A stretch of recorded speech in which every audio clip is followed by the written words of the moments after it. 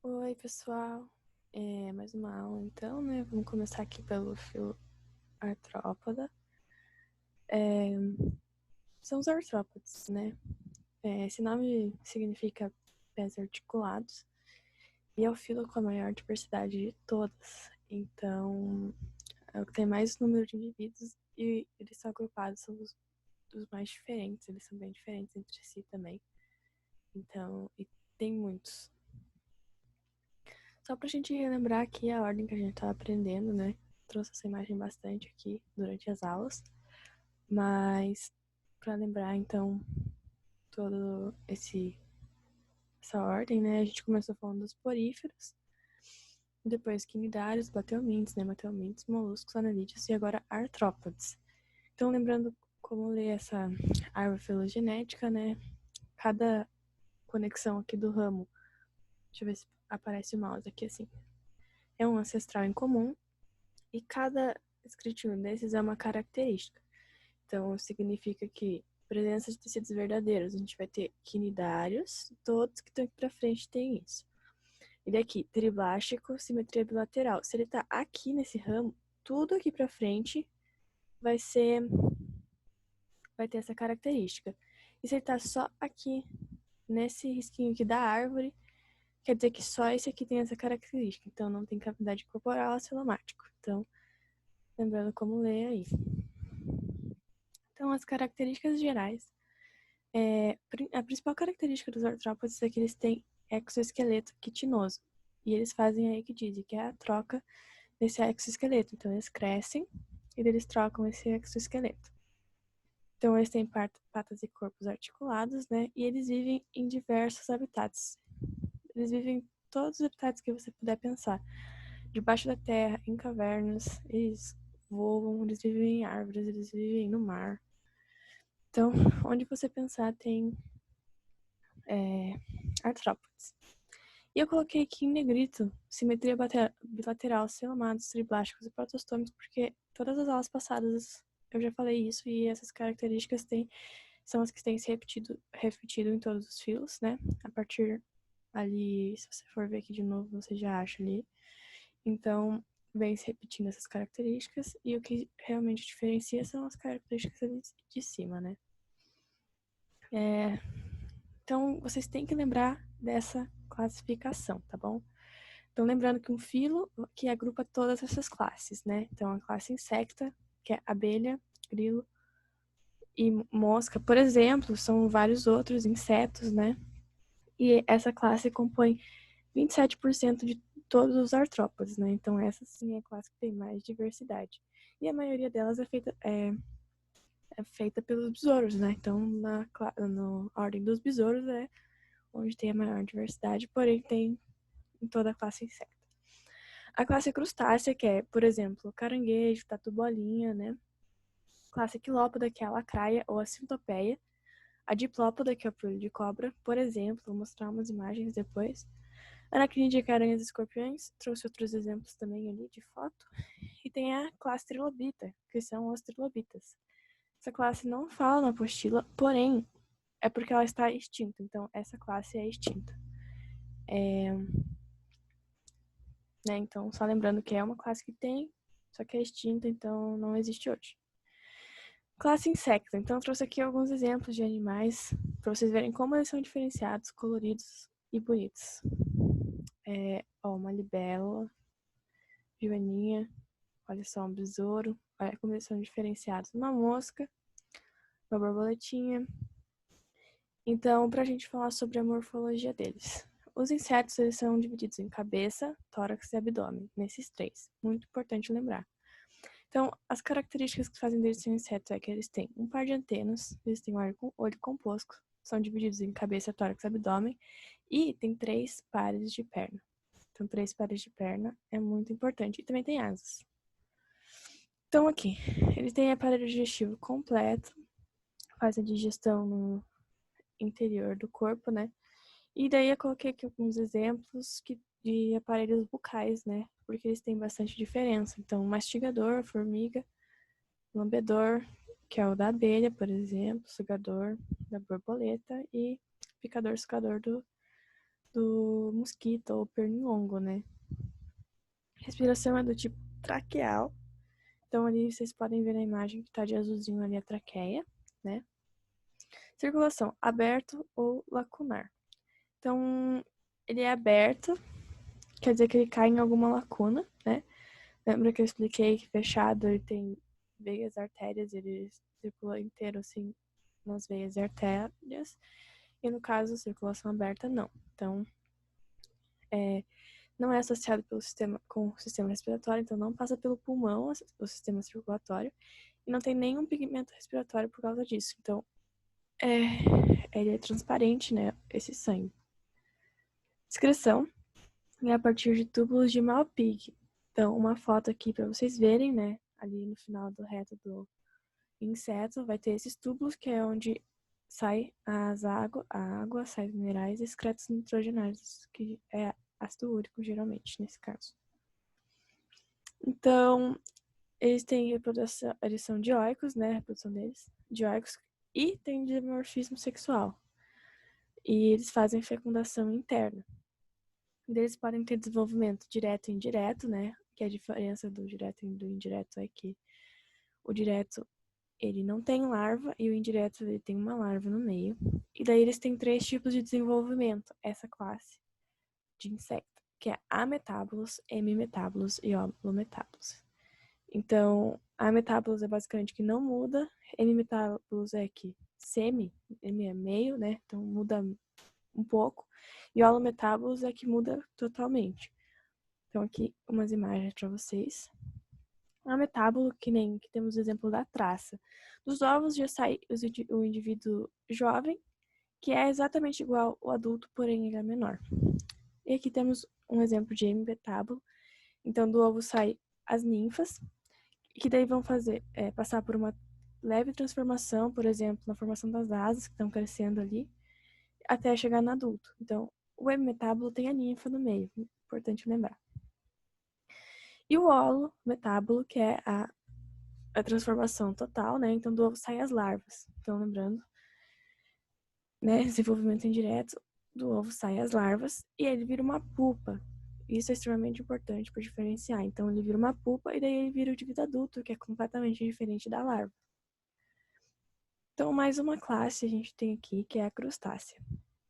Lembrando que todos esses animais que eu tô falando fazem parte do filo Arthrópode, né?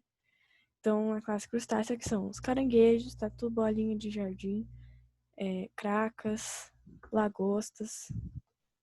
Então, eu trouxe aqui algumas imagens para vocês lembrarem.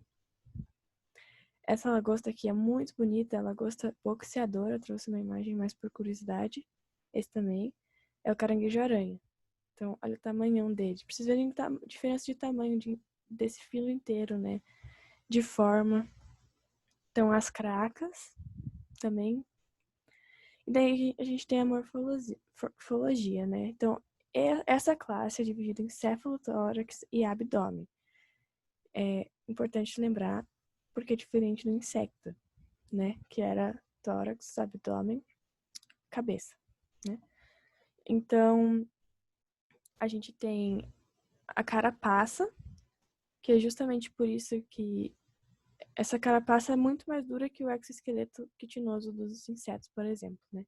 Então, essa é realmente uma carapaça dura. O olho composto, eles têm geralmente 2 pares de antena e 5 pares de perna. 5 ou mais, mas geralmente são 5 pares de perna.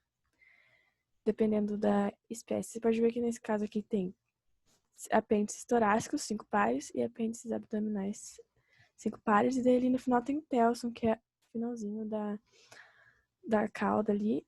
E tem os urópodes, que são apêndices do último segmento, que servem para a natação do animal. Então, digestão do tipo completa, né? É um tubo que começa pela boca e sai pelo ânus. Respiração é branquial, então as brânquias ficam ali na região de baixo, né? Podem ver ali no desenho. Circulação, mesma coisa, sistema aberto, porém aqui tem uma diferença. Vocês lembram que na classe insecto não tinha pigmento, e daí agora tem. O pigmento é hemocianina. Excreção é através das glândulas verdes ou antenárias, que são glândulas que se abrem na base da antena e fazem excreção por ali. O sistema nervoso é ventral. Não falei nos insetos, mas esse fio inteiro, o sistema nervoso é ventral. Então, na parte da barriga, do ventre, aqui na parte que está virado para baixo. Reprodução, a maioria é dioico, né? E a fecundação é externa.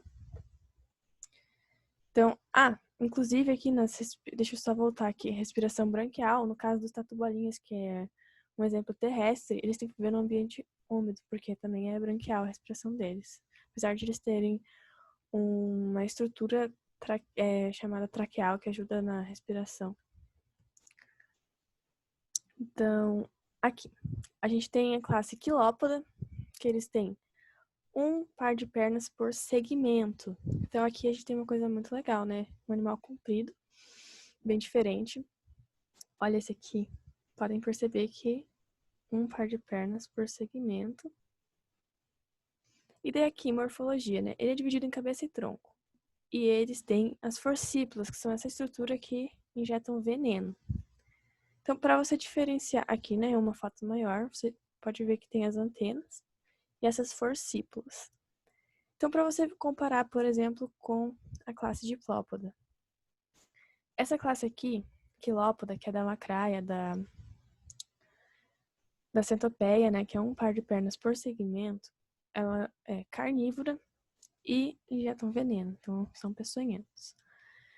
Essa aqui, eles são herbívoros, então você pode perceber já que a diferença na cabeça deles, cadê? Aqui, ó. Eles não têm uma estrutura que injeta veneno, porque eles só comem folhas e esses tipos de estruturas, né? Então, enfim, aqui, um par de antenas e dois pares de perna por segmento.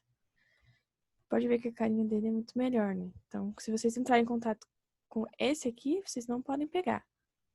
Mas esse aqui pode pegar na mão, que ele não faz nada.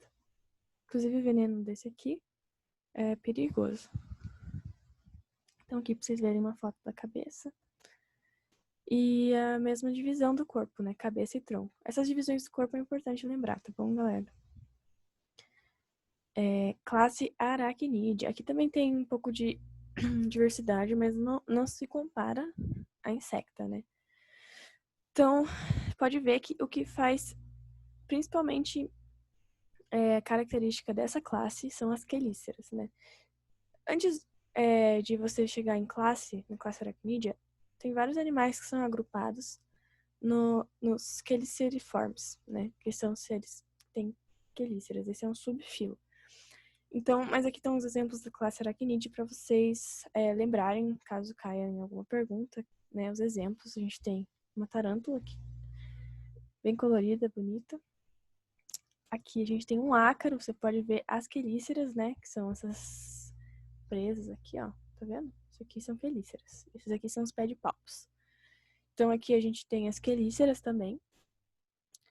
Esse aqui é um amblipídio, né? Então ele tem esse braço gigante aqui, né? E tem, aqui não dá pra ver na foto direito, mas tem essa pata bem prolongada aqui, que serve como antenas. Mas é um dos apêndices aqui, né? E eles também têm quelíceras. E esse aqui é um opilhão. Também tem quelíceras, também faz parte dos aracnídeos. Carrapato também. E escorpião também. Eu não pus uma foto aqui, mas escorpião também faz parte. Então é bom lembrar. Então aqui só pra gente ver as estruturas, né? A gente tem as quelíceras, que eu falei pra vocês. Os pedipalpos. E aqui é dividido em cefalotórax e abdômen também. Então, lembrando, né? E daí eles têm 4 pares de patas, né? Um par de pedipalpos e um par de quelíceras. Então, a digestão é externa, no caso das aranhas, né? Então, vai pôr a teia, vai enrolar o inseto, o animal que está comendo, vai injetar o ácido ali dentro e depois vai sugar, porque elas não têm mandíbulas, né? Então, respiração através de filotraqueias, né? Deixa eu ver se tem uma fotinho aqui pra gente ver. endotraqueias. Pulmões de libro ali. Pode ver, tá com outro nome, mas mesma estrutura. Circulação aberta com hemocianina também. A excreção é túbulos de Malpighi, que a gente já viu lá, e as glândulas coxais. Então, grande diferença aqui, glândulas coxais, né? Ali tem mais uma imagenzinha para você ver, as excretas saem por ali e saem numa área perto da coxa ali. Sistema nervoso ganglionar ventral também, importante lembrar disso. E a produção eles são dioicos, tem fecundação interna, aranhas e escorpiões têm desenvolvimento direto, principalmente. E os acarinos, que são os ácaros, que eu mostrei ali pra vocês, eles têm desenvolvimento indireto. Então, eles têm larva, isso aí. E uma coisa muito legal é que alguma das espécies, né, tem cuidado com os filhotes, então tem cuidado parental. Os filhotes continuam com a mãe até eles se desenvolverem. E daí aqui uma foto para vocês verem a classe Trilobita, que é a classe extinta, né? Então, no período carbonífero, né, que eles surgiram e tiveram mais sua diversidade. A gente só consegue ver eles em fósseis, né? Mas assim, mais ou menos, seria a estrutura deles. Eles teriam antenas, todos esses segmentos aí, né?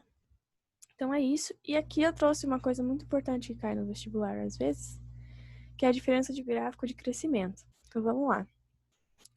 Vocês acham que o crescimento A ou B é de um artrópode? Pensem aí. Vou esperar um pouquinho, fingindo que vocês estão pensando, né? Mas a gente sabe que o B não é um de artrópode, né? Porque ele cresce e ele continua crescendo até a hora que ele vai parar. E daí aqui a gente tem o A, que provavelmente é de um artrópode. Por quê? Porque ele cresce até um ponto, para. Cresce até outro ponto, para. E essa parada que ele dá aqui é justamente onde ocorre a muda. Então, ele cresce até ele não conseguir mais, daí ele faz a muda. Cresce até ele não conseguir mais, faz a muda. E daí assim vai. Então, esse é o crescimento de um artrópode. Então, essa foi a aula que eu preparei para vocês, né? Qualquer dúvida, vocês me chamam no WhatsApp, vocês têm meu WhatsApp. E, por favor, façam os exercícios da apostila, tá bom? E daí vamos falando o que vocês estão achando aí das aulas, tudo. Sei que tá difícil, porque tá tudo online, né? Mas esperamos que passe isso logo, quem sabe até o final do ano, né? A gente não tem alguma aula presencial. Então é isso. Obrigada, galera. E até a próxima aula.